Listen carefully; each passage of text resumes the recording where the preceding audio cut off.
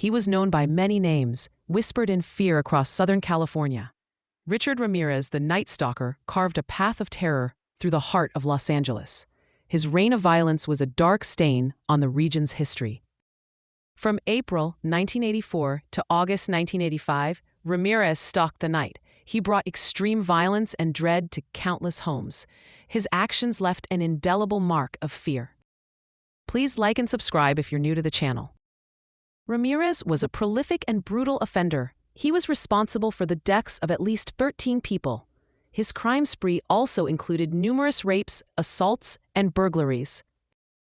His method was chillingly simple, yet effective. He would sneak into homes under the cover of darkness. Entry was often gained through unlocked doors and windows. He employed a variety of weapons in his attacks. These included handguns, knives, and even a tire iron. The choice of weapons seemed as random as his victims.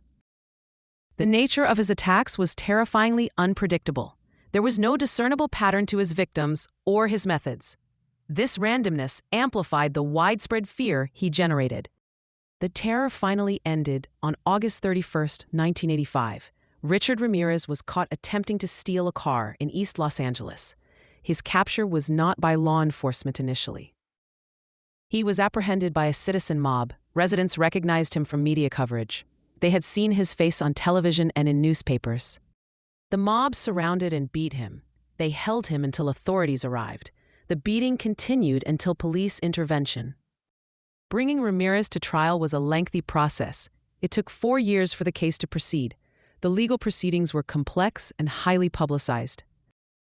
He was finally found guilty on September 20, 1989. The jury convicted him on a total of 43 counts. These counts covered the full scope of his horrific crimes. Among the convictions were 13 counts of murder. He was also found guilty of 5 attempted murders. The counts included 11 sexual assaults and 14 burglaries. The sentencing was swift and absolute. Richard Ramirez was sentenced to death. He received 13 death sentences, 1 for each murder conviction. The method of execution prescribed was the gas chamber. This was the standard method in California at the time. It was intended to be the final consequence for his actions. Following his sentencing, Ramirez was transferred to death row. He spent his time at San Quentin State Prison. This notorious institution would be his home for the rest of his life. He remained on death row for over 2 decades. His execution was repeatedly delayed. This was primarily due to the lengthy appeals process inherent in capital cases. The first round of state appeals concluded in 2006. These appeals were ultimately unsuccessful. His convictions and sentence were upheld. In August 2006, the California Supreme Court ruled. They affirmed the lower court's decision. His death sentence remained in place. A request for a rehearing was subsequently filed. This request was denied in September 2006. The legal avenues for overturning his conviction were narrowing. Additional appeals were still pending at the time of his death. These included federal appeals. The legal battle over his fate was ongoing.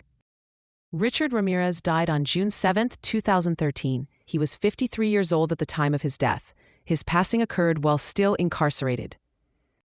The initial reports stated the cause of death as natural causes. This was a broad classification. More specific details emerged later. The coroner's report provided clarity. Ramirez died from complications related to B-cell lymphoma. This is a type of blood cancer. He also suffered from other significant health issues. These included chronic substance abuse. He also had a chronic hepatitis C viral infection.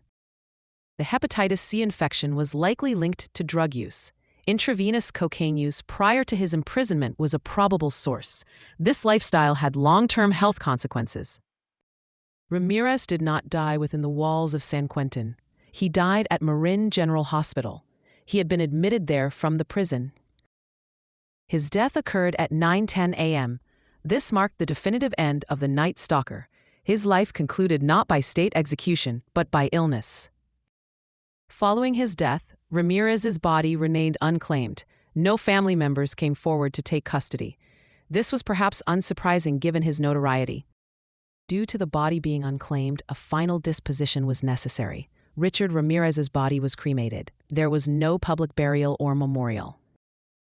Richard Ramirez's final words are unknown. He did not make a public statement before his death. His end was quiet in that regard. However, his statements during his trial and sentencing were infamous. He made defiant pronouncements, reflecting a complete lack of remorse. His words were chilling and unapologetic. He famously told reporters, "See you in Disneyland." This was a taunt directed at the public and authorities. It underscored his perceived invincibility. Another statement declared, "I am beyond good and evil." This reflected a nihilistic worldview. It suggested he believed himself outside conventional morality. Public reaction to his death was complex and varied. There were mixed emotions across the community. His passing brought a range of feelings. Some felt a sense of relief. The physical presence of the Night Stalker was gone. Others felt disappointment that he did not face execution. Law enforcement viewed his death pragmatically. It was seen as closing a dark chapter. The case was definitively concluded. For victims and their families, the feelings were often raw. Many felt he had lived too long. There was a sense that he had a better death than those he murdered. Richard Ramirez's reputation endures. He remains one of the most notorious serial killers in history. His name is synonymous with terror. His crimes were widely documented by the media. This coverage cemented his place in the public consciousness. The details of his attacks became widely known. The terror he inflicted continues to resonate. His impact is particularly felt in the Los Angeles area. The memory of the Night Stalker persists as a cautionary tale.